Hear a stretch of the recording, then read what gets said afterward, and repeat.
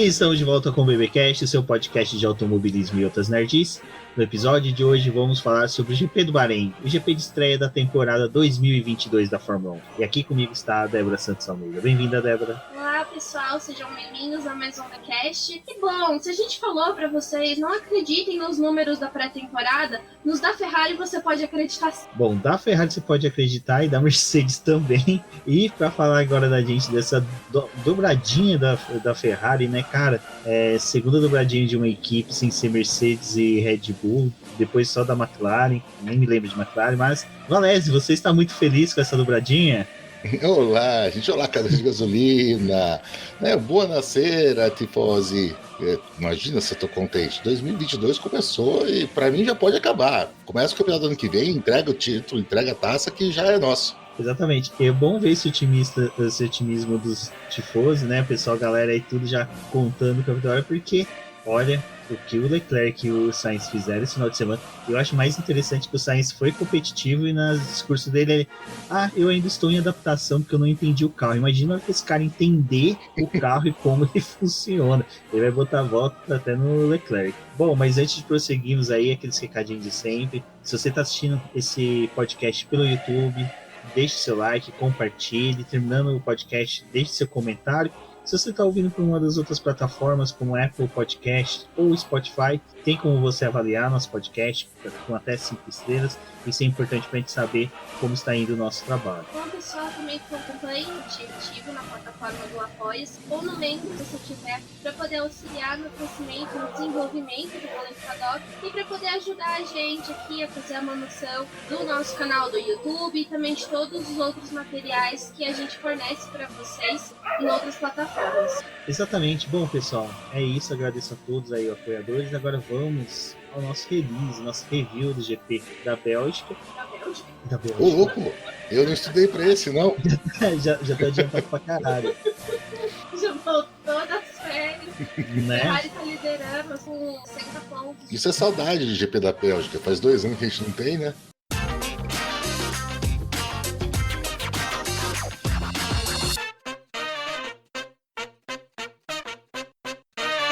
Bom, na verdade, o GP do Bahrein, que o Bahrein, nossa, tô muito... O GP do Bahrein pode dizer que foi uma redenção pro Leclerc. O cara lá em 2019 foi quase vencer. Ele até fez a brincadeira com o rádio, você chegou a ver isso, Valério? Eu não vi, brincadeira não vi. Ele chamou o mecânico, na última volta ele chamou o mecânico no rádio e falou: gente, estou com problemas no motor. Usando a mesma frase e entonação que ele usou em 2019. Aí o engenheiro dele: tá ok, entendido, com uma voz tensa, ele falou: não, relaxa, eu tô brincando com você, tá tudo ok aqui. Tipo, o Binotto já tá até cagando sangue de medo. Mas, nossa, falando cagando sangue, falando em doença, coitado do Vettel, né, Débora, que não participou desse primeiro GP, foi chamar aí o seu substituto, o querido Hülkenberg, e foi uma pena. Por sorte, o Covid parou no Vettel ali e não foi passado pra mais ninguém.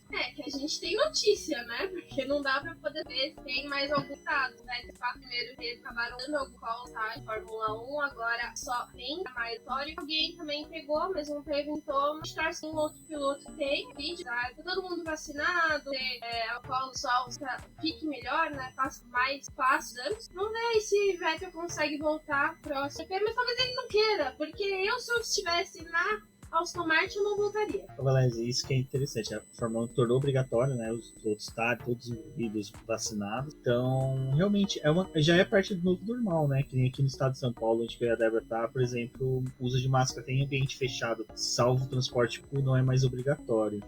Isso é bastante interessante e é muito bom ouvir, né? Claro que o ideal seria que a gente não tivesse tido uma pandemia, mas o jeito que essa pandemia se desenrolou e o jeito que a gente, graças a Deus, conseguiu, com a ciência, fazer as vacinas, tomar as vacinas, a população brasileira abraçou, gente, como é legal ser brasileiro nesse ponto, a gente sempre reclama, mas como o brasileiro é bom nisso, até quem era contra a vacina foi se vacinar. O bom do brasileiro é isso, né? É acostumado com isso. E é isso que se tornou uma doença endêmica, né? Uma endemia, uma doença que existe, que a gente está tendo que lidar com ela ainda. Nós perdemos muitas pessoas, a gente ainda vai perder pessoas por conta de Covid, mas a grande maioria da população, grande maioria mesmo, está protegida, está vacinada, aprendeu a ter um pouco mais de higiene. Isso foi muito legal. E a grande maioria é o que a Débora falou. Algumas pessoas vão ter sintomas e vão se isolar em casa, que é o certo a fazer, porque tem certeza. E muitas pessoas vão pegar e não vão ter sintomas nenhum e vão continuar tocando a vida e indo trabalhar e correndo de Fórmula 1. Como vocês disseram, o que garante que aquele pessoal que estava na foto do lado do Vettel na sexta-feira não está contaminado na semana passada? Pode ter se contaminado, mas como não teve sintomas, não tem nem porquê fazer essa testagem agora. Então, esse é o novo normal, como o Rubens falou, e é o que a gente espera que aconteça. E se for preciso a gente ter uma vacina por ano, a gente já tem tanta vacina, é um vírus, né? A gripe é um vírus. Tomamos junto a vacina e vamos para Interlagos, todo mundo. Exatamente, até já comentei numa das lives aí, pessoal, se continuar o Brasil do jeito que tá, melhorando todos os casos, tudo, final do ano aí, quem estiver em São Paulo pode encontrar com a gente, com certeza aí, acredito que o Sérgio lá do Boteco FM vai fazer o canal deles, então vai ser bem legal, e lembrando que depois vai ser feriado, né, então dá mais uns dias ainda em São Paulo para comemorar. Aí no caso, provavelmente quem vai comemorar vai ser o Valese, né, porque Ferrari quando tá bem aqui em São Paulo, meu filho, de tudo. Parece que o pessoal da Moca ali, o pessoal do próximo do Bento ali faz uma macarronada especial que os deuses auxiliam eles. Bom, e Valese, na pré-temporada foi aquilo, né? A gente totalmente sem saber o que estava acontecendo, gerou até meme no dia que a Haas Kevin Magnussen fez a volta mais rápida, que foi aquela imagem dos 3 chefes de equipe, Binotto, Horner e Toto Wolff falando, caraca, velho, a Haas fudeu com a gente. Os caras mostrou que a gente tava escondendo o jogo mesmo. E naquele momento a gente falou, não tem como a gente saber como é que tá. Algumas equipes já estavam falando, que nem a Mercedes, a McLaren, que olha, a gente não tá tão bem, o carro a gente ainda não entende, talvez, mas o quanto que esse carro da Ferrari tava bom e tava forte, ainda era uma expectativa, né? Pré-temporada, ela é complicada por conta disso, porque a gente também tem menos informações do que a gente tem durante a temporada. Vocês sabem, a Débora que está o tempo inteiro lá sabe, a gente não sabe exatamente qual a configuração de motor que a gente está usando, a gente não sabe qual a quantidade de combustível que os carros estão usando, então nós temos muitas variáveis que não podem ser utilizadas durante um final de semana oficial, seja por regulamento, seja porque não vale a pena, né, porque não seria o ideal para eles, que pode dar uma vantagem ou uma desvantagem, o tal do sandbagging, que não é o real. A gente esperava, sim, que o motor Ferrari tivesse vindo muito bem e confiável, principalmente pela quilometragem que os carros de motor Ferrari fizeram, pela velocidade deles. A gente não sabia exatamente o que estava acontecendo com a Mercedes. Será que eles estão realmente... Até quando eu ouvi, se eu não me engano, foi o Hamilton que declarou. Falou assim, olha, a gente está uns 8 décimos atrás do motor Ferrari e um meio segundo atrás da Red Bull. Eu falei assim, não pode ser tudo isso. Realmente não era tudo isso, mas eles estavam atrás. Então, o que mostrou para a gente realmente foi ontem, né? Foi no sábado que a gente viu que sim, os motores Ferrari estão legais, mais legais do que o esperado, porque as equipes que usam o motor Ferrari, que não são a equipe principal, também foram muito bem, e a Mercedes está se adaptando ou com o carro ou com o motor de uma maneira que ainda está sendo um pouco mais prolongado. Eu concordo com tudo que o Valese falou, né? E a gente foi analisando a Ferrari também, acho que durante esse fim de semana, pensando muito no comportamento em que a Haas e a Alfa Romeo estavam tendo durante os treinos livres. Porque ano passado, uma das coisas que me fazia acreditar que a Ferrari estava bem em algumas pistas era ver a Alfa Romeo andar um pouco melhor e ficar ali, às vezes, até mais próximo do top 10. A gente não sabia ainda em que pé que tava esses dois carros também, que usam o motor da Ferrari, porque eles quebraram muito durante os testes de pré-temporada. Não eram problemas relacionados ao motor, o que já deixou o pessoal, acho que, mais tranquilo com o motor da Ferrari, porque se as quebras foram relacionadas mais à confiabilidade de outras peças, não era o motor realmente que estava sendo a questão aí para esses dois times. E quando a gente teve realmente a classificação ali, vendo a Alfa Romeo e a Haas avançando, sem fazer muito esforço para poder ir para um Q2 e depois para um Q3, isso com os pilotos um pouco mais experientes, acho que atestou realmente que a Ferrari veio bem. A gente ainda vai ver o comportamento desse carro em outras pistas, porque tem várias pistas nesse calendário e elas têm características diferentes, então tem que também ser avaliado como esse carro vai se comportar na questão aerodinâmica, mas o motor já mostrou muito, porque no Bahrein a gente tem retas que são muito longas, né, e que dependem desse ritmo do carro, e mesmo com a questão do porpoising lá, eles estão conseguindo andar bem e fizeram o que fizeram esse final de semana. Esse ponto do motor do Ferrari eu achei muito interessante, né? O pessoal já começa a falar de motor adulterado, mas o que o pessoal esquece é que teve, agora só puxando um gancho, que teve essa questão de mudança do combustível, que agora tem um pouco mais de etanol misturado na gasolina, 10%. que é 10%, que é quase igual a gasolina que você compra aqui no Brasil. A única diferença é o preço, que lá é mais barato. Até o repórter que estava substituindo a Mariana Becker lá, ele fotografou uma bomba de gasolina lá que é 0,020 centavos o preço da gasolina dentro do autódromo, que já é inflacionado, ou seja, é um absurdo, enfim. Mas, voltando ao combustível, a Alpine, né, durante a pré-temporada já estava falando que ela não tinha se acostumado, não tinha dado muito bem com esse combustível, e pode ser que a Ferrari tenha encontrado o gancho, né? Lembrando que a Fiat, né, foi um dos primeiros carros a desenvolver no Pro Álcool aqui, o saudoso 147. Quem sabe aí eles meteram 2 motor 147 assim, em forma de V, desse carro da Ferrari. Mas, Valéz, nesse ponto é muito legal, porque eu achei a declaração do Vettel, o Vettel não declarou nada, porque não estava na pista. O Hamilton no final é bem legal, que bate a saudade de ver uma equipe com a Ferrari disputando, né? Tipo, cara, é a mais tradicional, é a maior de todas que tá dentro da Fórmula 1, não tem como você contestar, ninguém contestar isso, e ver ela fazer a dobradinha, né? Os mecânicos ali, só o Leclerc já saindo do carro, os mecânicos já começam a fazer aquele que é mais ou menos quando eles faziam pro Schumacher levantar o troféu. Cara, é muito emocionante, é muito bacana. É muito bom.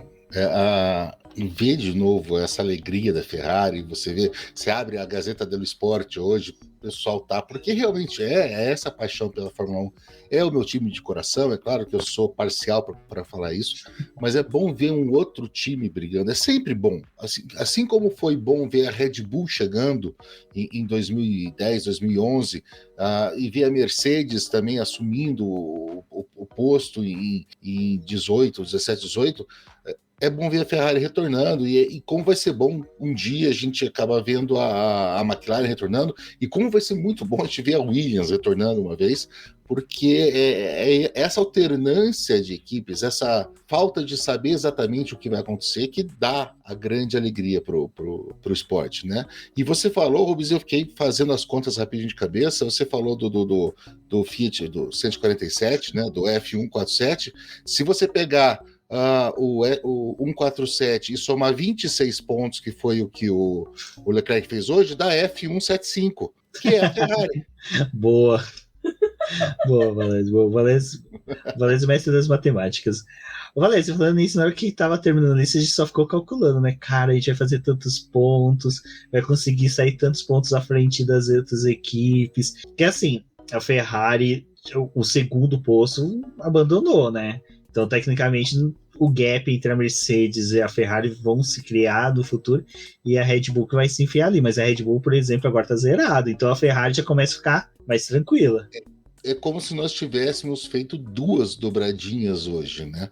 Porque, pelo que nós vimos hoje, de novo, a gente está gravando no dia da corrida, da primeira corrida do ano, então não sabemos exatamente até onde que o pessoal vai conseguir se recuperar, mas pelo que a gente viu hoje, a Mercedes tem um déficit que eles têm competência para melhorar, mas sabemos quando, será que eles vão levar até metade do ano para fazer isso? Ou seja, a gente tem esse tempo de resguardo, e a grande vilã, a grande antagonista seria a Red Bull esse ano, e com o que aconteceu com a Red Bull, que a gente vai falar depois, a Ferrari abriu eu ia falar uma caralhada de ponto, desculpe, mas um monte de ponto aí, que a Red Bull vai ter que nadar de braçada para conseguir agora, porque não é esperado, pelo que a gente viu, de novo, numa corrida só, mas não é o esperado agora que a Ferrari não pontue numa corrida, que não pontue bem.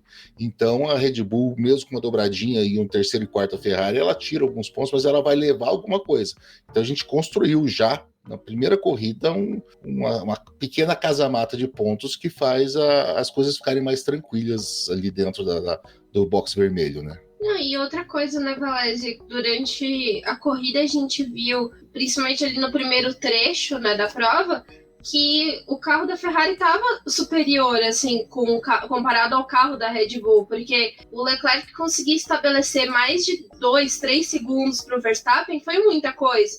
Então a gente vai ter outras pistas que vão lembrar um pouco a velocidade que tem no Bahrein e também as outras características por conta das curvas, em que a gente também pode pensar que a Ferrari vai ter um bom resultado nessas outras pistas. Talvez até, agora pensando aqui, na casa da própria Red Bull. Sim, que é uma pista com essas características, e é bem isso que você falou, Débora.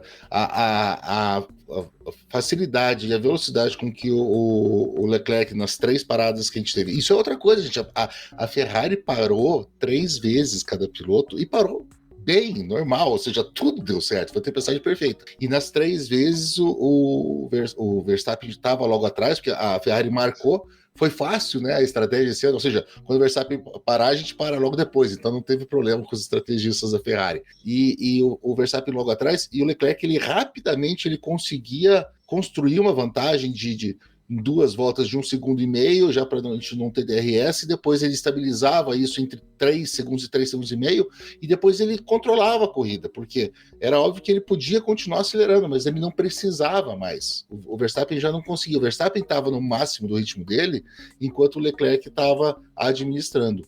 Isso é uma coisa que é incrível dentro da Fórmula 1, né?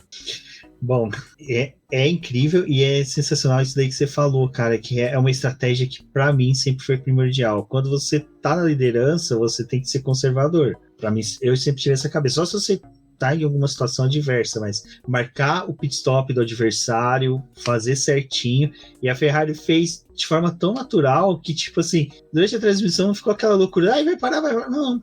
Beleza, já tá entrando, já tá fazendo pit stop, já tá saindo, sem problema algum, não quis fazer os pit stop mais rápido, simplesmente fez o serviço de casa. Então isso é uma coisa que é bem bacana de observar na Ferrari, né? Que a Ferrari, nos últimos anos, a gente vinha batendo, malhando tanto ela por erros, por falhas, que dessa vez foi redondinho, né?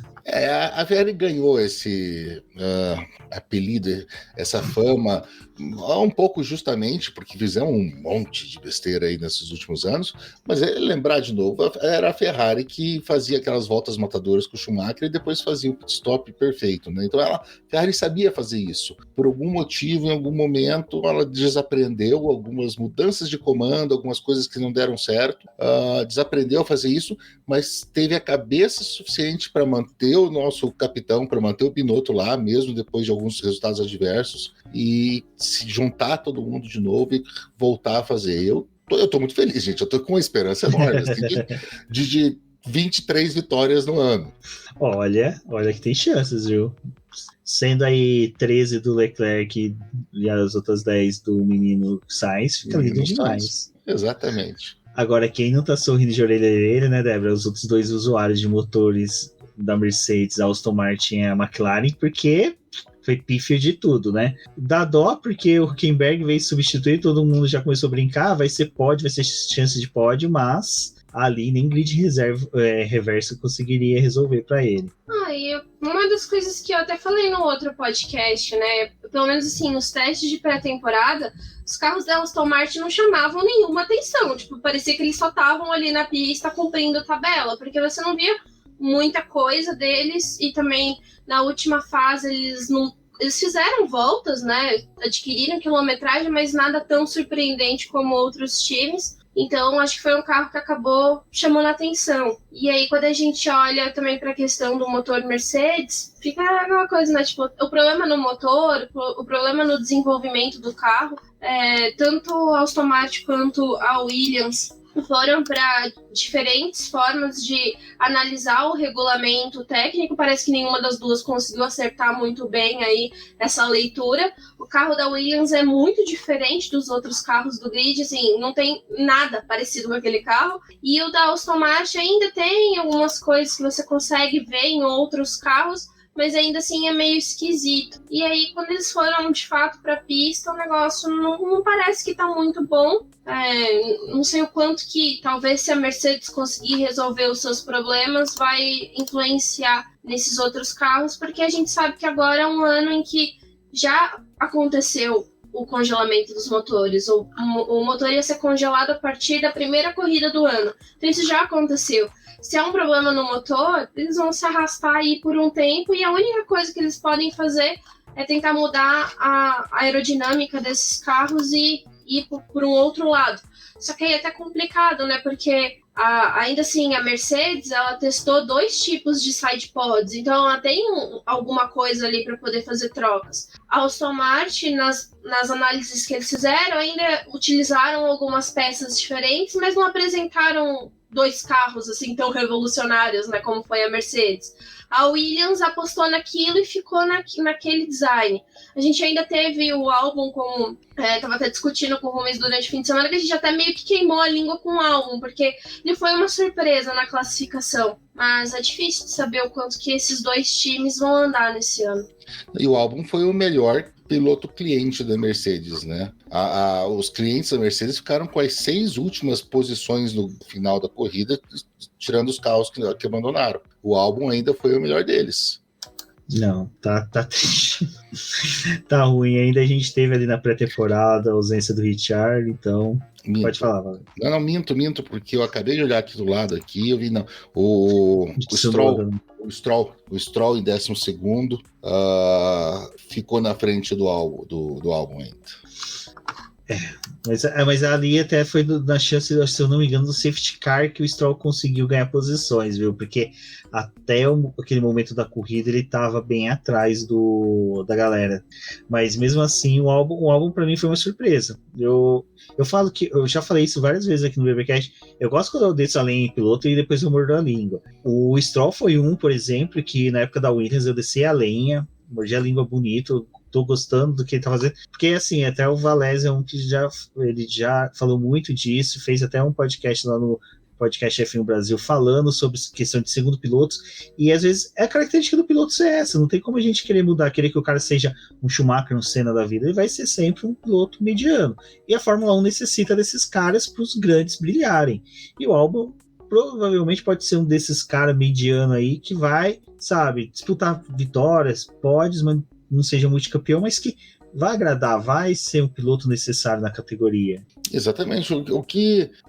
Qual é o demérito de você ser um Berger, um Weber da vida, um Barrichello? Cara, o Barrichello tá ganhando corrida hoje, com 50 anos de idade. Ou seja, não é um cara ruim de braço. Não é um gênio. A gente tá falando do pináculo do esporte a motor.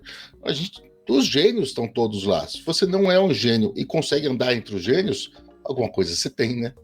Exatamente. E aí a gente teve esse péssimo desempenho da McLaren, né? Mas a McLaren, depois, até mais pra frente, eu vou comentar um pouco mais sobre ela, e a Aston Martin, que, como a Débora disse, não trouxe nada de revolucionário nesse carro. Às vezes pode falar, Valéria. A McLaren a gente vai deixar pro fim, né? Vai deixar ela pro fim, exatamente. Eu não resisti, desculpa. Mas, em compensação, né? As 2 últimas equipes do grid do ano passado, esse ano deram um salto, né? Alfa Romeo e Haas simplesmente avançaram.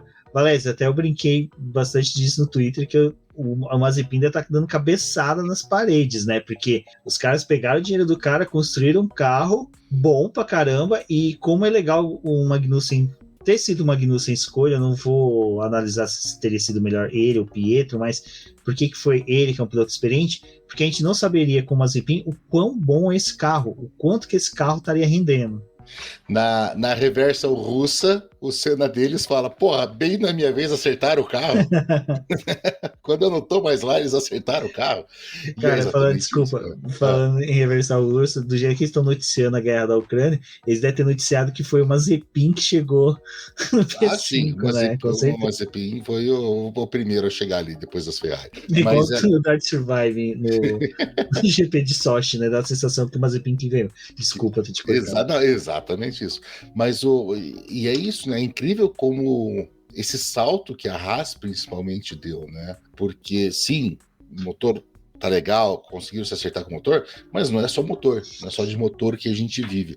E a Haas parecia que estava meio que num círculo vicioso, assim, de um poço sem fundo, se afundando cada vez mais, e eu não sei até que ponto o velho Mazepin, o pai não injetou dinheiro, trocou alguma coisa lá dentro, e infelizmente daí acabou por conta disso tudo, o filho não podendo usufruir, ou até que ponto que eles realmente acertaram no carro quando não estavam esperando, e ainda tiveram a sorte de ter um piloto que, apesar de não ter corrido na Fórmula 1 ano passado, estava em atividade e se adaptou muito rapidamente àquilo, né? Não, é bem interessante porque na pré-temporada o pessoal tava falando, não, o carro da Haas em pista tá muito legal, o design deles é até interessante, tem algumas coisas ali que lembra até a leitura que a Ferrari tá fazendo do regulamento, e eu fiquei tipo, se não quebrar, né, talvez consiga fazer algum milagre, né? Então eu acabei mordendo a língua aí com essa corrida que a Haas fez esse final de semana. Mas eu não tinha expectativa nenhuma com eles, tanto que foi uma surpresa para mim na classificação ver Alfa Romeo e Haas ali entre os 10 primeiros, e eu realmente não conseguia nem imaginar esses dois carros terminarem uma corrida, porque os últimos anos dessas duas equipes foi triste, assim, tipo, você vê elas se arrastando no grid, a Haas ano passado sem chance nenhuma de pontuar, a Alfa, quando ainda tinha alguma oportunidade de pontuar, não conseguia, porque a estratégia deles péssima, roubaram o pessoal lá da Ferrari para eles, né, então eu tava ali trabalhando mal pra caramba. A gente dá um motor, mas vocês levam esses 3 caras aqui que fazem as contas para nós. Puta coçando o nariz assim. Vai dar emprego para eles, sabe? Nossa, gente, difícil, viu? E até durante o final de semana eu fiquei pensando várias vezes, tipo, imagina o Raikkonen nesse carro, porque o cara tem experiência, sabe? Eu queria ver o que ele poderia fazer com esse carro da Alfa Romeo. Principalmente assim, depois a gente vai falar da corrida, mas acho que ele teria largado um pouco melhor que o Bottas, sabe? Um pouco, assim. Não vou, né, criticar muito o Bottas. Débora, se você tivesse escrito no BP um mês atrás, dia 20 de fevereiro, que depois da primeira corrida a Haas seria a terceira equipe na tábua de construtores e a Alfa Romeo a quarta, Tava amarrado na cadeira de rodas. Na cadeira de rodas, não, na camisa de força. Lunática. Não, eu tava, assim, a minha expectativa era pelo menos que a Alfa Romeo descolasse do final do grid, tipo, pra poder brigar por um 7º lugar, sabe? Eu já tava feliz pra caramba se conseguisse isso. E se a Haas também fosse brigar ali por um 8º lugar, também já estava feliz. Esse resultado é maravilhoso, assim, tipo, realmente... espero que durante o ano eles tenham chance de fazer outras corridas como essa, né? Não seja também só a primeira prova do Bahrein. Porque acho que uma coisa que é legal é que essa corrida teve o seu ponto maluco ali no final, mas não foi uma corrida maluca, né? Foi uma corrida de consistência mesmo, que o pessoal teve que lutar para poder manter essas posições. E acho que o Magnussen, pelo menos era um piloto que eu não tava, assim, muito feliz da volta dele, mas acho que talvez realmente acabe ajudando a Haas aí, pelo menos nessa questão de fazer uma boa classificação e dar chance para eles pontuarem. Agora eu só tô na expectativa de ver como o Mick Schumacher vai agir, né? Porque ele é o cara que até a Ferrari um dia quer trazer ele. Vai ser bom ter um piloto que nem o Magnussen, tipo, que mostrando que o carro pode ser veloz, porque o ano passado era aquela coisa, né? Aquilo que o Mick Schumacher conquistava, na cabeça deles era o limite do carro. Hoje não, hoje eles veem que o limite pode ser ultrapassado pelo que o Magnussen está fazendo. Então vai ser bem interessante ver aí como o Mick Schumacher vai reagir a tudo isso, como ele vai utilizar disso para o crescimento dele. Torço porque se... como a Débora falou agora há pouco, motores não podem ser mexidos nos próximos 5 anos. Se nos próximos 5 anos tiver dominância da Ferrari, quem sabe o Mick Schumacher pega aí uma rabeirinha desse período aí. O que o Mick tem que fazer é transformar fazer o Magnussen ser o nórdico dele, como o Mika Hakkinen foi o nórdico do pai dele, né? Aquele cara que só faz ele crescer. É isso que ele tem que fazer. Exato, e na torcida. Agora, a Alfa Romeo, eu fiquei muito contente. A Débora não ficou tanto, porque Giovinazzi tinha sido chutado, Kimi foi chutado, mas pelo Zou eu fiquei muito feliz. Eu gosto dele desde a época que ele já estava ali na Fórmula 2, chamou muita atenção. Então, a classificação não foi tão boa, mas é aquela coisa, né? Que corrida consistente, né, Rubens? Na verdade, assim, uma corrida dessas, que foi uma corrida aberta, que foi uma corrida que ele precisou fazer ultrapassagens. Inclusive brigando com o Hamilton, né? Não é qualquer ultrapassagem, brigando com o Hamilton, que ele teve que se defender para não ser ultrapassado. a consistência foi maravilhosa. Ele estava assim sentado num carro bom, mas muito piloto bom que está no grid aí, numa primeira corrida teria se apavorado um pouco. E ele, a impressão que passou, a corrida que ele fez, foi que ele sabia o tempo inteiro o que ele estava fazendo. Se ele continuar assim, eu vou ficar de olho nesse cara, viu? E o legal que eu fui ver aqui no site do F1 Stats, como é que foi a corrida, volta a volta, ele ganhou uma posição por volta. Parava no pit stop, perdia posições, ele vinha...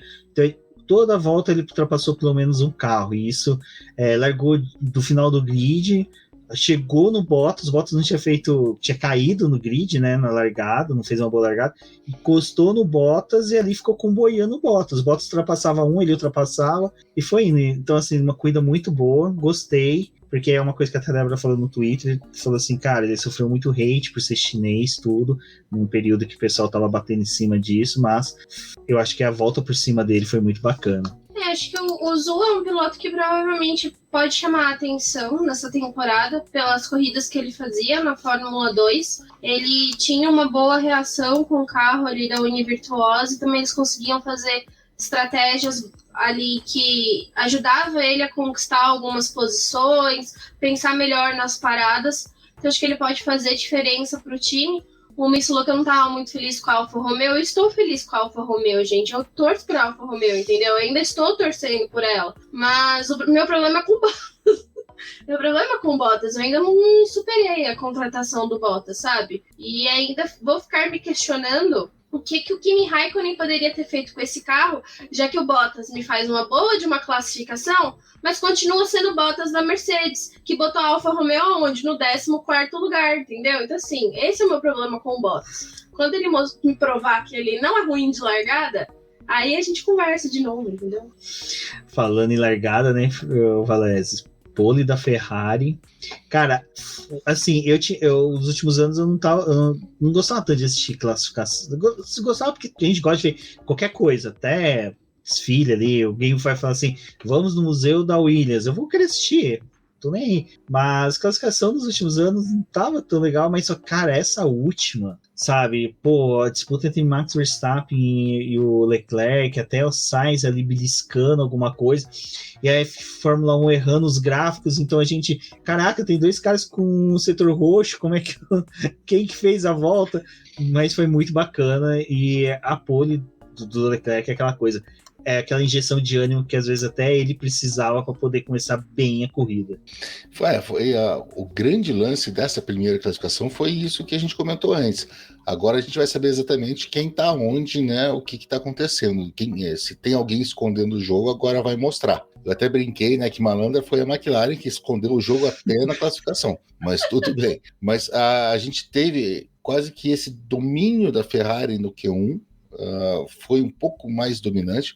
De repente no Q2 você pega e você vê o Verstappen fazendo o melhor tempo e indo mais rápido, e daí você pensa, opa, será que a Red Bull estava fazendo sandbagging? Daí, quando eu fui até olhar, eu vi que a Ferrari estava tão confortável que ela fez o Q2 com os pneus usados, né? Então fez com pneu de mais de uma volta. Falei, opa, sinal que o pessoal já sabe que vai passar pro Q3, está economizando. E foi isso depois, mas mesmo assim a gente teve no Q3 a gente teve essa coisa, será que vai bater? Será que não vai bater? A comemoração nos boxes da Ferrari quando o Verstappen não conseguiu melhorar o tempo realmente e ficou em segundo lugar, foi aquela comemoração de alívio, aquela coisa assim, é verdade, gente, a gente conseguiu, não é só a gente achando que a gente estava bom, a gente mostrou e o que os outros mostraram, a gente viu que a gente está bom mesmo. Então isso foi muito legal para a Ferrari e foi muito legal para encaixar as peças no tabuleiro, né? A gente percebeu já ali a dificuldade da McLaren no começo, a gente pensou, será que é o Ricardo de novo, está se adaptando ao carro de novo, tal?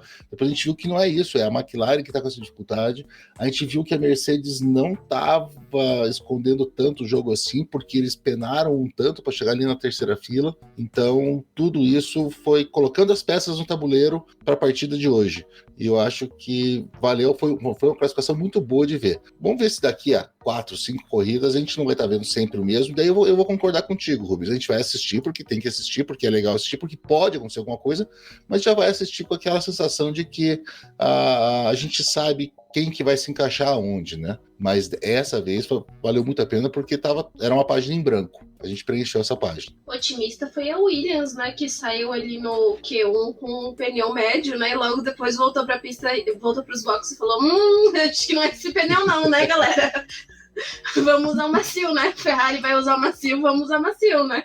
Porque, meu Deus do céu, Williams, o que acontece com vocês? Mas eu acho que esses destaques que o Valese fez realmente foi importante para poder estabelecer algumas coisas que a gente queria saber que estava acontecendo com os carros, porque a gente só tinha dados ali da pré-temporada e alguns achismos de um pessoal que fala algumas coisas mais técnicas, que tem uma aproximação maior com as equipes. Mas de resto, era só achismo mesmo. E eu acho que foi importante para a Ferrari mostrar que ela realmente fez um bom projeto. E, por um lado, eu fiquei até triste, porque eu achava que realmente ia vir uma dobradinha da Ferrari. A gente já ia ter uma dobradinha na classificação com o Carlos Sainz. Mas o Sainz também tem as suas questões com classificação. Ano passado mesmo, na Ferrari, ele às vezes fazia uma classificação meio zoadinha e depois conseguia recuperar na corrida. Um cara que a gente quase não via nas corridas, mas fazia provas interessantes. Infelizmente, a Mercedes está nessa situação, né, de estar com alguns problemas e ainda fazendo verificações no carro para poder compreender, mas ainda assim, o Russell andou muito bem no carro. Eu achei que ele conseguiu até se adaptar ali. Tudo bem, a gente teve Magnussen e Bottas superando ele, mas ainda assim o Russell conseguiu levar esse carro da Mercedes, que está com as suas questões, pro Q3.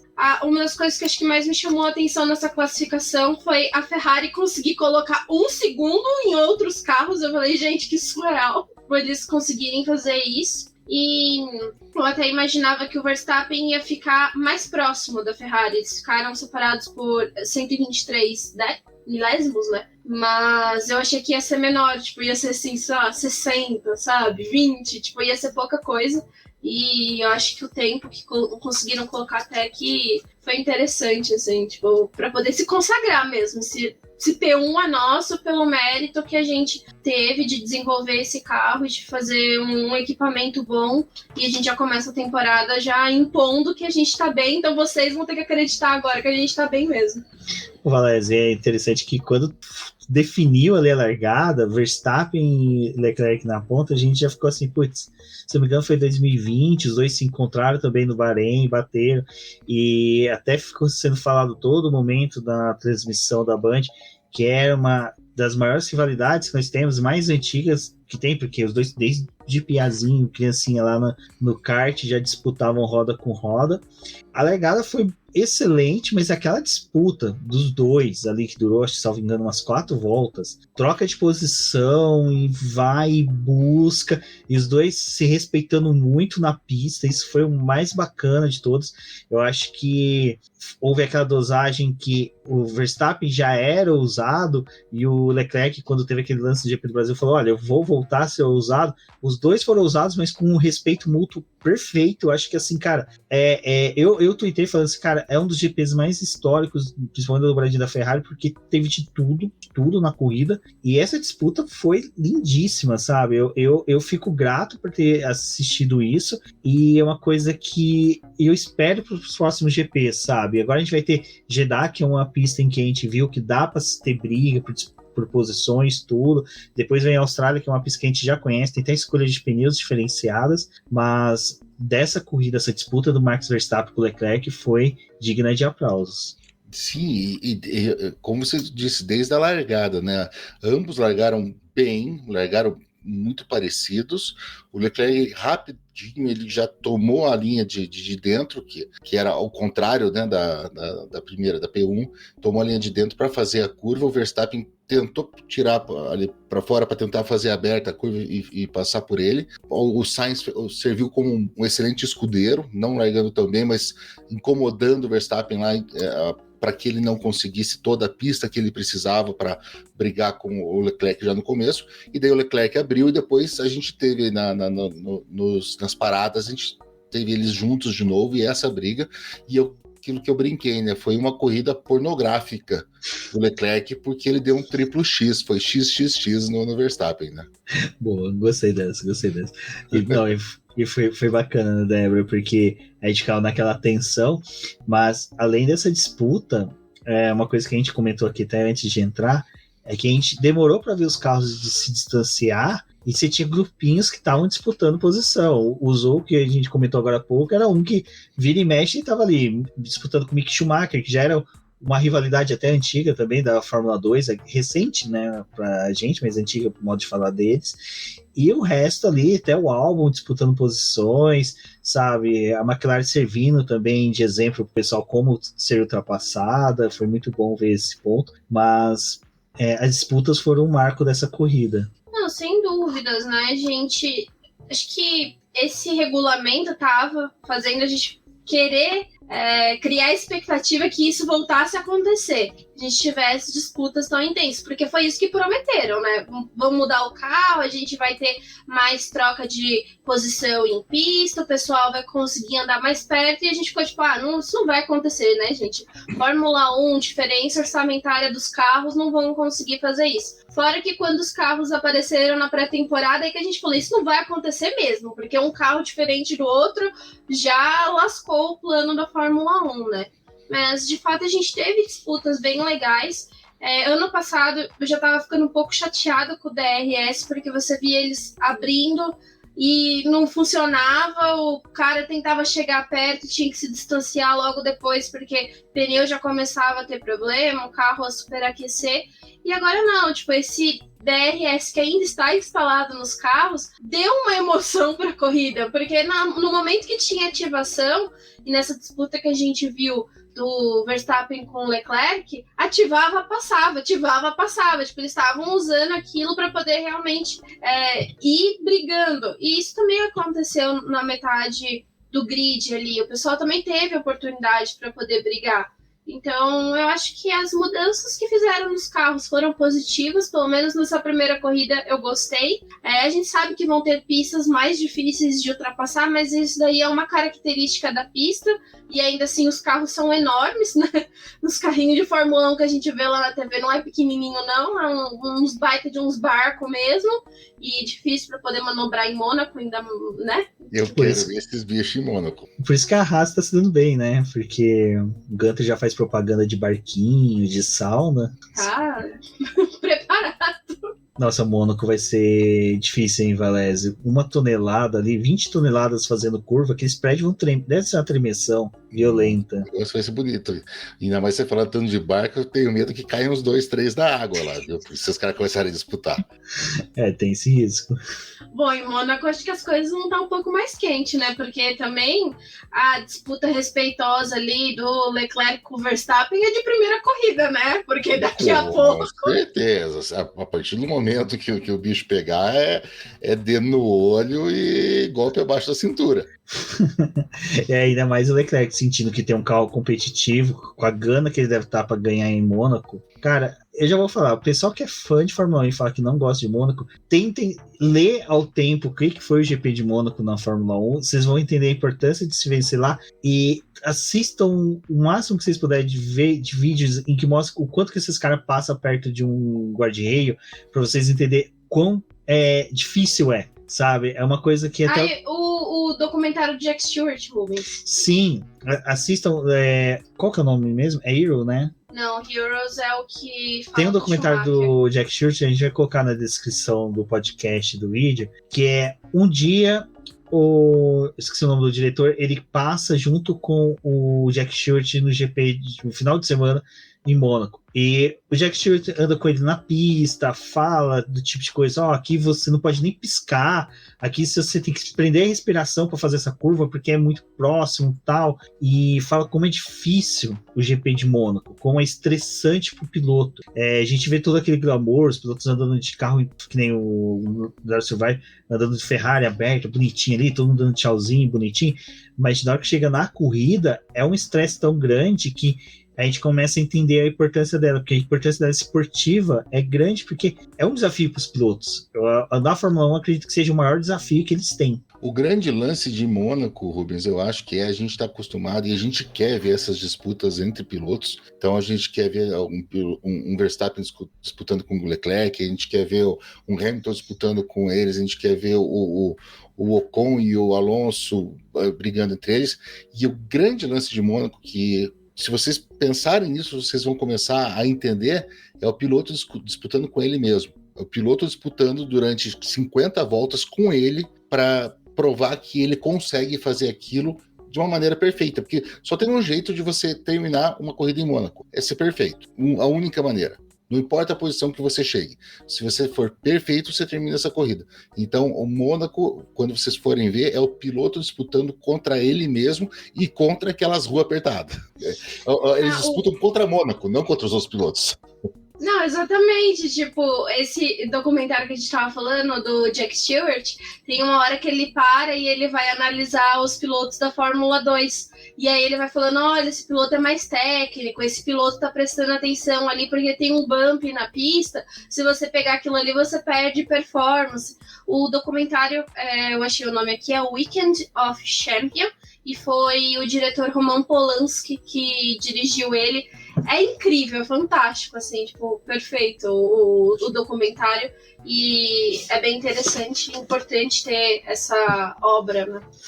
Agora só um momento nerd, eu lembro que quando a gente tava assistindo, eu tava assim, porque mostra o Polanski novinho, né, e eu não me lembro, não conheci o Polanski novinho, pra mim, Polanski, mas eu ficava assim, falei, caraca, eu conheço esse cara de algum lugar. Aí, na hora que terminou, que foi mostrar o Jack Stewart velhinho e o Polanski, eu falei, caraca, Débora, lembrei de onde que eu vi ele. Era Uma Vez Hollywood. Sim. Eu falei, sim. Caraca, velho, como pode? E aí depois eu fui pesquisar, o Jack Stewart, eles são amigos. Tá? Gente, assista esse documentário é de explodir a cabeça, porque tem revelações do Jack Stewart que você fala, cara, é impossível isso ter acontecido com o cara ter sido tricampeão da Fórmula 1. O cara não tem isso pra ser... um deles é que ele tem DTA, né, Débora? Ele tem... Peraí, esqueci o nome. Dislexia. Ele tem vários problemas. Então, assim, até isso não é spoiler se você procurar Jack Stewart no Google, que agora é patrocinador da McLaren, né? Não adiantou muita coisa, né? Mas, enfim, não tem a mesma velocidade de pesquisa no carro. Você vai ver que o Jack Stewart já escreveu, participou, né, de muitos livros, palestras sobre isso. Então, vale a pena você entender essa importância. E Mônaco mostra muito isso, porque ele tá preocupado e tá desesperado, mas ao mesmo tempo ele tá calmo, sabe? Então, é bem legal. E isso que o Valério falou é mesmo, né? Os caras brigam com eles mesmos e são 50 e poucas voltas que tem a corrida, são 50 e poucas voltas de classificação, porque a classificação tem que fazer uma volta perfeita, o cara tem que fazer a corrida perfeita o tempo todo. Bom, pessoal, voltando, nossa, a gente já foi pra Mônaco, já foi pra Spa, esse ano o trem vai ser fervido, vai ser bom. Aí a gente tem que falar um pouco mais sobre a Mercedes, porque assim, classificação foi dentro do que eles poderiam, mas durante a corrida eles começaram a fazer pit stop, e aí eu falei assim, pô, eles estão parece que treinando, né? O cara tá com o pneu macio, tá vermelho, vai pro branco, do branco vai pro amarelo, do amarelo depois vai pro vermelho de novo. Falei pra eles estão treinando, estão tentando entender como é que o carro tem performance com esses pneus, e de repente o Hamilton vai lá e herda o terceiro lugar, mas não é aquela herança do cara que simplesmente caiu no colo. O cara, durante a corrida inteira, foi construindo aquele resultado que é tipo assim, se alguém e isso é Fórmula 1, se alguém vacilar, eu ganho. E então, né, Débora, foi legal que a Mercedes estava numa situação ruim e ela conseguiu ter um bom desempenho e performar para conseguir levar o Hamilton pro pódio e o Russell ali, coitado. P4 eu falo coitado porque assim, ele fica batendo na trave, né? Agora eu acho que ele herdou o P4 do Leclerc. Tinha que ficar com alguém, né? A maldição do P4. Então vai ficar por enquanto com o Russell. Mas não é tão ruim terminar em P4, vai. A gente terminou em P20. Isso é triste. Isso é triste mesmo. Mas a gente viu uma Mercedes que tava naquela parte assim, que era ruim pra eles, pelo todos os problemas que eles passaram e também por ficar fazendo todos esses testes durante a corrida, porque teve uma hora que ficou tipo, gente, vamos correr, que vocês estão toda hora nos boxes, né? Não precisa de tudo isso. Mas, ainda assim, na situação que a corrida tava, não ia ser tão ruim. Mercedes ia deixar o Bahrein como terceira colocada no campeonato de construtores, porque o Hamilton e o Russell estavam juntos ali na quinta e sexta posição, né? Uhum. Então isso já era um resultado até positivo para eles. Realmente aproveitaram do abandono ali da Mercedes, mas foi o que você falou. Mesmo todas essas trocas malucas que eles fizeram, eles ainda conseguiram abrir um gap ali para quem estava vindo atrás deles e permitiu eles fazerem essas peripécias aí na pista. Fora que a gente viu durante a corrida um bom desempenho até do Russell, assim, ele estava ali se mantendo, garantindo um lugar que era até bom para a Mercedes. O Hamilton, que estava também, acho que sendo mais jogado para fazer essa análise do carro, até pela experiência que tem e pelo contato maior que acho que tem com a Mercedes, né?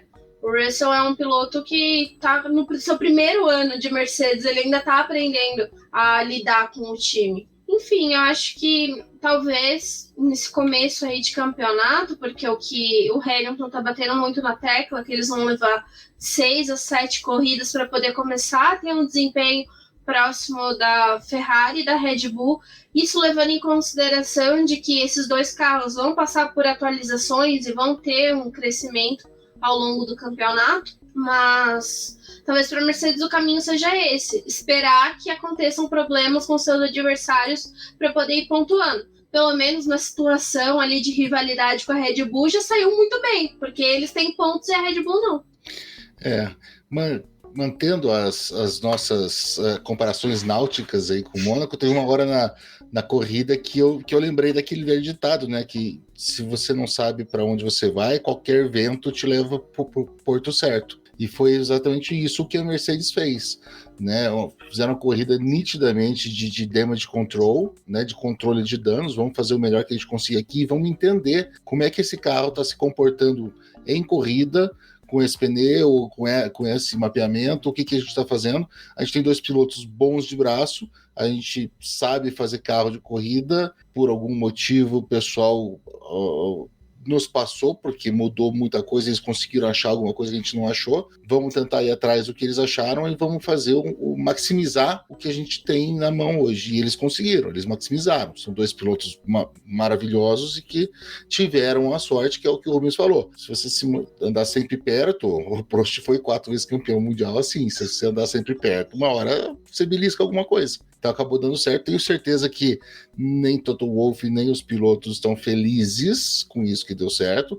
Eles só não estão tão putos quanto eles ficariam se a Red Bull tivessem terminado a corrida, mas eles têm muita coisa para pensar e muita coisa para fazer. A gente viu no Bahrein, por exemplo, o Hamilton colocou o pneu duro ali, né? Eles também estavam fazendo um teste para poder analisar esse composto. E foi importante, até porque nesse ano a manta térmica só está permitindo o aquecimento em até 70 graus. Antes era até 100, agora só até 70. Então, quando você coloca o pneu mais duro, você leva um pouco mais de tempo para poder aquecer ele. Então, aquela saída dele ali dos boxes e aquele primeiro momento que ele tem o duelo com o Zul, foi importante para eles entenderem. Tipo, olha, a gente, dependendo da situação que a corrida estiver, não tem como a gente ir para esse pneu. Talvez é melhor a gente fazer 2 paradas a usar o pneu duro. E nesse final de semana, a Pirelli deu os compostos mais duros da gama. Então, de certa forma, eles trabalharam no maior nível de estresse que tinha. Numa pista extremamente abrasiva, com compostos que eles achavam que ia durar mais. E teve uma abrasividade muito grande, mas ainda assim a Mercedes conseguiu trabalhar. E ela, de certa forma, tem uma vantagem, porque só 7 pilotos do grid testaram o pneu duro durante essa corrida. Então, alguma coisa já serviu ali para a análise deles e para as mudanças que vão ocorrer nas próximas corridas, né? Esse ponto é assim, tem que o pessoal que não torce contra a Mercedes tem que pensar. Não adianta comemorar que ela foi mal, assim, herdou tudo, porque os caras da Fórmula 1 acho que tem os melhores cabeças ali pensantes, tentando analisar, e como eu falei, como eles fizeram 300 mil testes, o que eles têm de dados, sabe, que tem de pendrive ali escritozinho assim, teste com pneu duro, Russell não sei o que, de monte. Então, cara, a fábrica deles está lotada de gente, você pode ver que eles sempre falam, não, a gente está mandando as informações para a fábrica. Os 3 próximas corridas, provavelmente eles ainda devem estar um pouco mais calmos assim nesse posicionamento deles, mas depois, quando vem atualizações novas, na verdade. Nossas não, porque eu não atualizo nada dele. Se pagar, né, até posso limpar o carro. Mas vai ter, eu acho que a Mercedes não vai ficar tão atrás assim da Red Bull até da Ferrari. Eu acho que eles têm um parâmetro para poder comparar com o que foi testado em Barcelona e o que foi testado no Bahrein. Isso já é uma coisa muito boa, porque acho que foi um dos poucos times que teve essa oportunidade. Eu não sei o quanto que é verdade ou não, mas a Ferrari tinha falado que tinha também avaliado o conceito do carro da Mercedes no túnel de vento deles, e eles viram que não era tão proveitoso, e por isso que eles não foram para o mesmo lado que a Mercedes está indo. A análise deles foi diferente, então o carro da Ferrari resultou nesse desenho que nós temos. O que é muito curioso, né? Realmente conseguiram fazer uma leitura muito interessante. E só para poder puxar mais uma vez a sardinha para a Ferrari, é que eu estou feliz que eles não estão pedindo desculpas, entendeu? Não tem desculpa, não tá falando que o carro tá ruim e ainda tá apontando o erro no carro dos outros, entendeu? Então, Ferrari é outra, morreu e foi substituída. O Valese, esse realmente foi totalmente oposto, né? O Valese, eu não sei se chegou a vó dele, tem normalmente vó de italiano, de família italiana, normalmente tem aquele tacho de cobre gigante, fazia doce, deixava ali a cidra amolecer para fazer um doce de cidra. Aquele carro da Ferrari me lembra muito aqueles tachos de cobre que minha avó fazia doce de leite quase sempre que a gente ia para Guaxupé. Na hora que eu vejo aquilo ali ainda com aquele reflexo meio cobreado, eu falo assim, cara, é muito italiano esse carro, cara, não tem como. Primeiro que já começa com você olhar de frente e faz 2 sorrisinhos assim, né? Já sabe, tem 2 levantadinhas do lábio assim de sorriso. Você olha o carro, você tem certeza que você vai encontrar 2 meninas assim de saia, cabelo louro, pisando nas uvas, né? Naquele tacho assim, para fazer o vinho depois para o pessoal tomar na vitória. Porque e isso é legal. A Débora falou um pouco antes, né? Com todos esses carros tão diferentes, eu também tive o mesmo medo, assim, que a corrida virasse uma Arca de Noé e todo mundo só andasse de parzinho, né? Cada um tivesse o seu próprio ritmo e não tivesse isso tudo. E que legal que não, que cada um achou uma coisa. A gente tá voltando para aquela década de 80, até a final dos anos 70, começo dos 80, que a gente tinha aqueles carros mais estrambóticos possível, o pessoal tinha aquela criatividade toda. Vamos tentar isso para ver se vai dar certo. E vamos botar 6 rodas no carro? Ah, por que não? Vamos botar 6 rodas no carro. E a gente tá voltando para isso, que é muito mais legal do que aquela receitinha de bolo que a gente tava tendo. Exato. Não, e só comentando um negócio, é que realmente, né, ontem eu tava dando uma olhada na foto dos carros do ano passado, eu falei, gente, mas o que aconteceu de errado ano passado, nesses últimos anos? Porque esses carros estavam extremamente quadrados, tipo, um negócio muito estranho. E esse ano, por mais que a gente veja, tipo, um carro como a Williams, por exemplo, ou a Mercedes, que, né, tem o Zero Pod, ainda assim, tipo, todos os carros você consegue ver uma coisa bonita neles. Tipo, não tá aqueles Frankenstein que a gente teve nos últimos anos. A McLaren só tem a calota bonita, que o resto... Tá, é que a Mercedes tá com Zero Pod e a McLaren Zero Point. Nossa. A gente tá bem mais ou menos assim.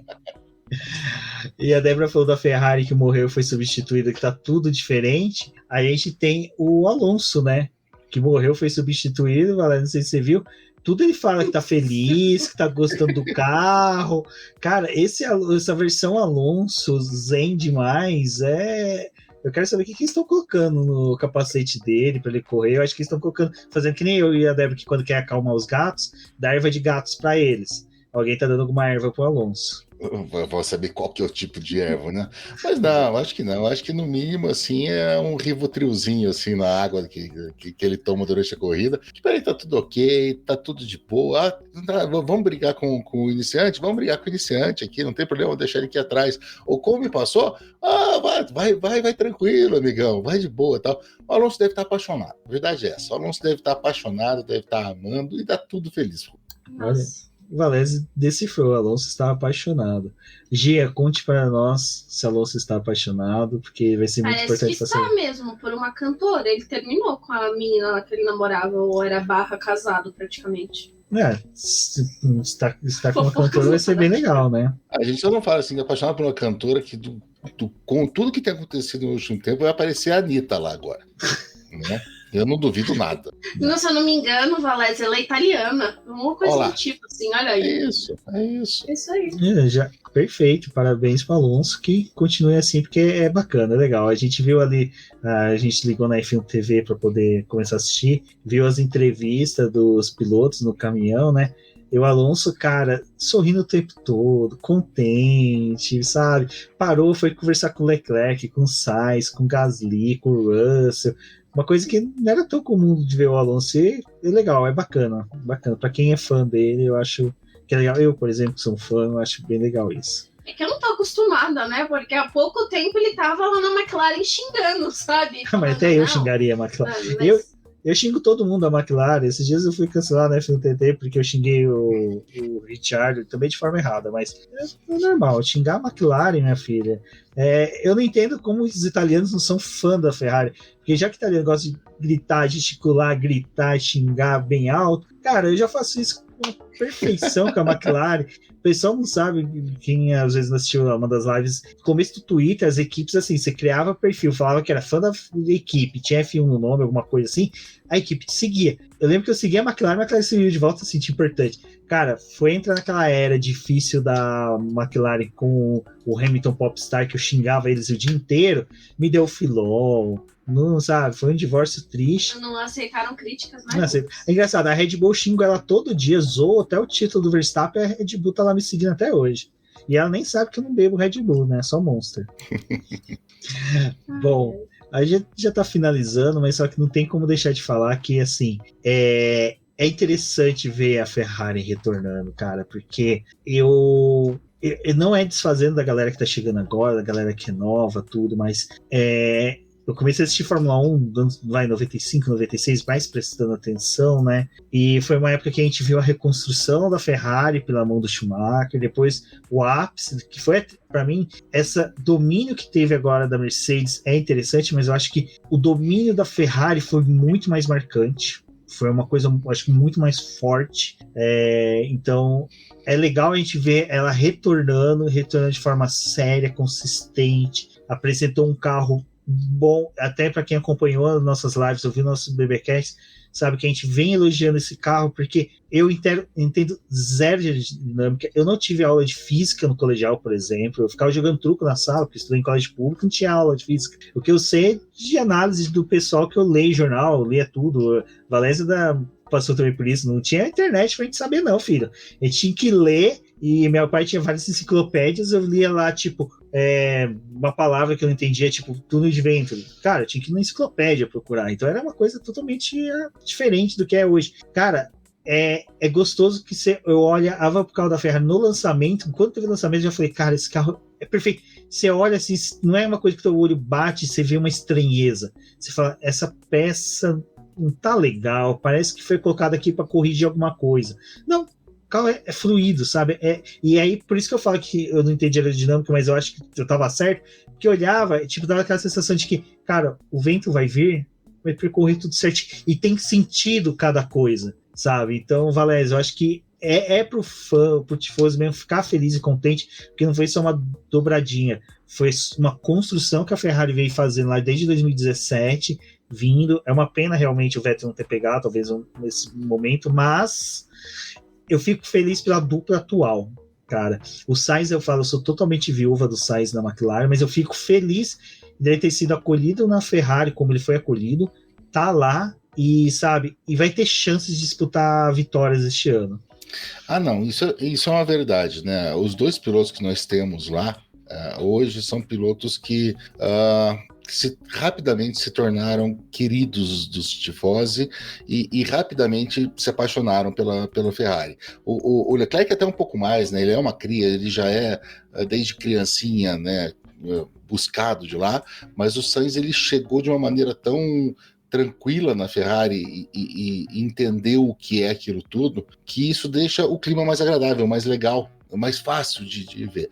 Não sei até que ponto, né? Vamos imaginar a quarta corrida do campeonato, Leclerc ganhou as 3 primeiras, aconteceu alguma coisa, um stop errado, tudo, o Sainz está na frente do Leclerc, os dois a 4 segundos do Verstappen, e no final, a primeira vitória do Sainz, vem o fatídico rádio, né?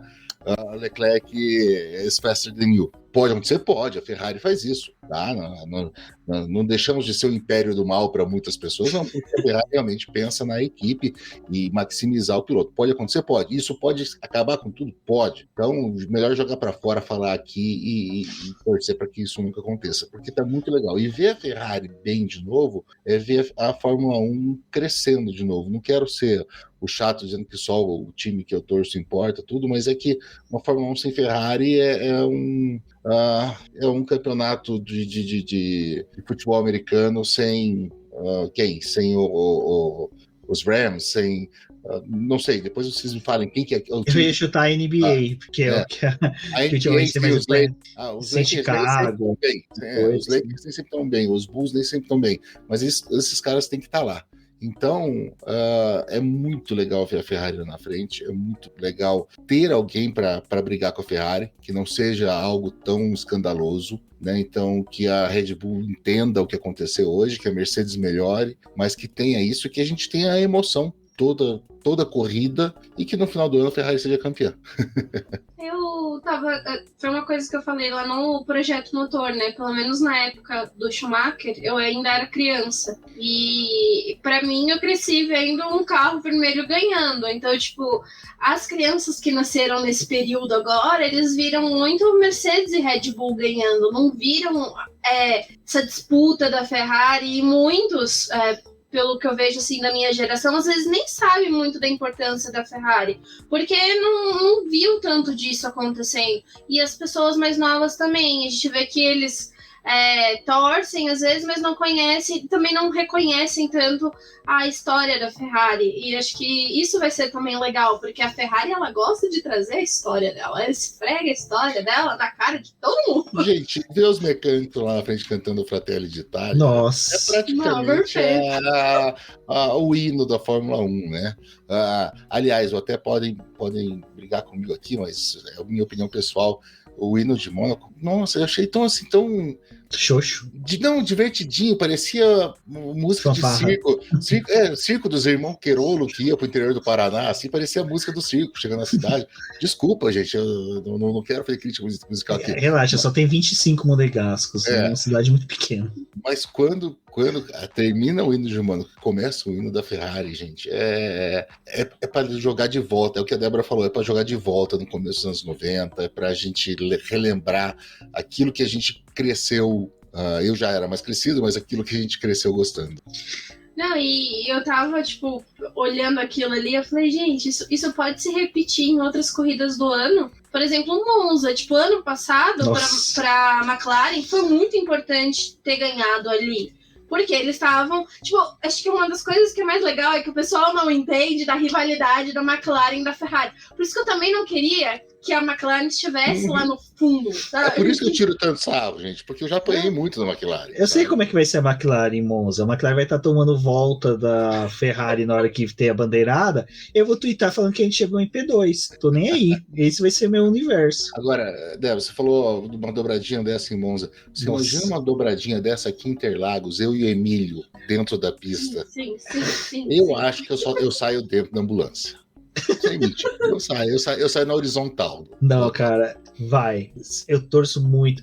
Cara, a Ferrari é que eu mais torço. Tudo bem, o que o Hamilton fez o ano passado foi lindo demais, mas eu acho que assim, a Ferrari, a torcida brasileira, eu acho que não tanto só pelo fato do Rubinho ter passado, Felipe Massa, mas antes mesmo, a gente na nossa descendência italiana, tudo, cara, vai ser uma festa muito grande. Mas a Débora falou do dobradinho em Monza, até arrepiei, porque, assim, eu vou ser sincero, o Leclerc já venceu em Monza, eu queria muito o Sainz, porque eu gosto muito da sequência do hino espanhol com o italiano. Eu gostava muito quando era o Alonso, cara.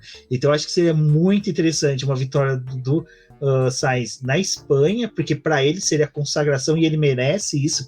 Ele é realmente, né, é o Smooth Operator, porque é o cara que mais trabalha, o cara mais dedicado que a gente tem. Eu acho que o pai dele, o Carlos Sainz pai, até recomendo o podcast do Auto Rage que vocês falaram dele. Cara, o cara manda muito bem a presença do pai dele ali, cumprimentando o Leclerc, cara.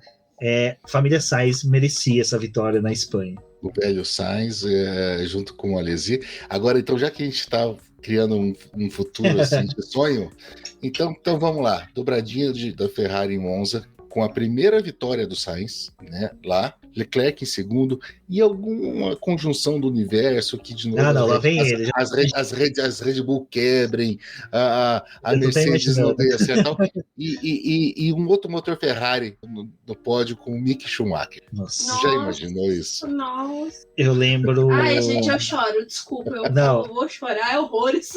Eu tô lembrado eu acho que ele foi pódio, ele venceu a Fórmula 2 em Monza o ano passado, retrasado, e na hora que ele sai daquele túnel para ir no pódio, era a fotografia do pai dele. Cara, eu lembro que na hora que eu vi, eu tava sentado no sofá com a Débora, que a Débora tava fazendo texto, eu levantei porque meu olho já encheu de lágrimas. Falei, caralho, velho, é foda, cara, se isso acontecer...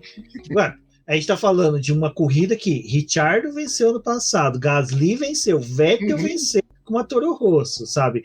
Eu falo pro pessoal, pra mim, 24 horas de Le Mans é o ápice da WEC, Indianápolis da Indy, pra mim, Monza, Mônaco tem sua importância, mas Monza na questão de competitividade, eu acho que tudo que é criado daquela áurea toda é a mais importante, assim, da Fórmula 1, é aquela que o piloto que vence realmente entra e se consagra, sabe, entre os maiores, sabe, e realmente se você pegar os históricos de quem venceu, é só os maiores mesmo que venceu lá e, tipo, em corridas épicas, não teve corrida assim xoxa, todas as corridas foram corridas boas.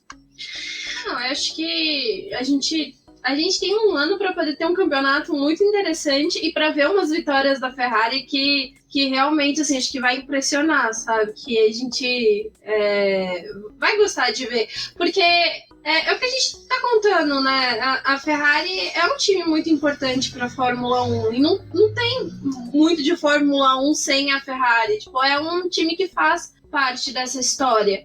E vocês estavam falando, né, de torcida e essas coisas. Tipo, eu lembro, pelo menos assim, até uma parte da minha adolescência, quando você ia procurar coisas de Fórmula 1 pra comprar, você só achava coisa da Ferrari aqui no Brasil. Era muito difícil se achar de outros times. Tipo, era mais coisas da Ferrari e, tipo, assim, em lojas populares, colocando entre aspas, mas, tipo, em lojas de esportivas tinham coisas da Ferrari, porque eles traziam pela quantidade de fãs que tem. Vamos ver como é que vai ser esse ano. E, gente, também vou dar um alerta, um spoiler pra vocês.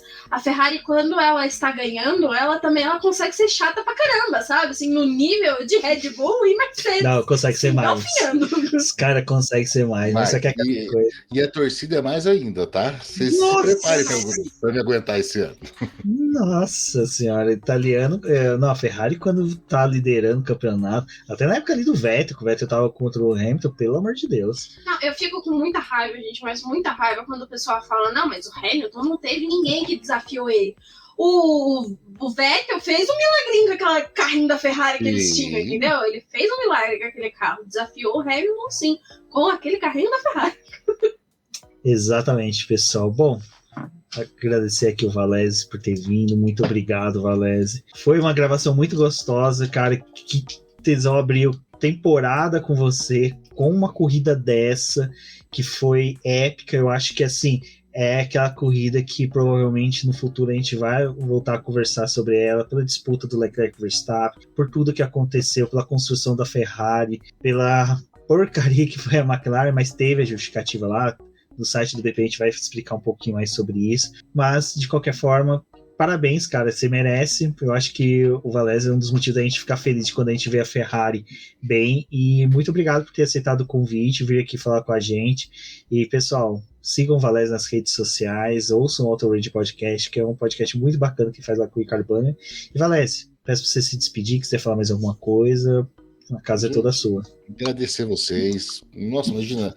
Vocês imaginem o quanto eu já estava feliz hoje quando veio o convite para participar, mais ainda. Né? Vocês me encontram mais lá no Auto Radio, com uma frequência maior, mas eu considero o BP minha casa e sempre vou considerar. Então, sempre que vocês precisarem, podem contar comigo. Agradeço demais, assim, todo mundo que está aqui. E o que eu falei, né? Me sigam no Twitter, mas relevem, porque faz muito tempo que eu não comemoro nada, então eu vou estar um pouquinho acima do necessário. Bom, eu vou agradecer o Valese por ter participado e já estou escalando ele para o GP de Monza, entendeu? Porque vai vir a dobradinha, então ele vai estar aqui também, vai vir falar da Ferrari. Vai ser um podcast clubista, entendeu, gente? Vai ser clubista mesmo. E eu queria agradecer a todo mundo que escutou o podcast até aqui, a participação do Valese. Compartilhem nas suas redes sociais, conversem com a gente. E se vocês quiserem, se convertam para a Ferrari também esse ano, porque é o que vai ter, entendeu? Exatamente, Ferrari dominando não é tão ruim. O ruim é ver a McLaren lá em último, tomando volta. Isso é triste. Bom, pessoal, agradeço a todos. Eu sou o Rubens GP Neto. Agora que eu me lembrei que eu não me apresentei no começo, então se você não sabia quem eu era, sou o Rubens GP Neto, não sou uma voz do além que participou do podcast. Compartilhem, chamem seus amigos para ouvir, porque é muito importante para o nosso crescimento. Um forte abraço a todos e até a próxima.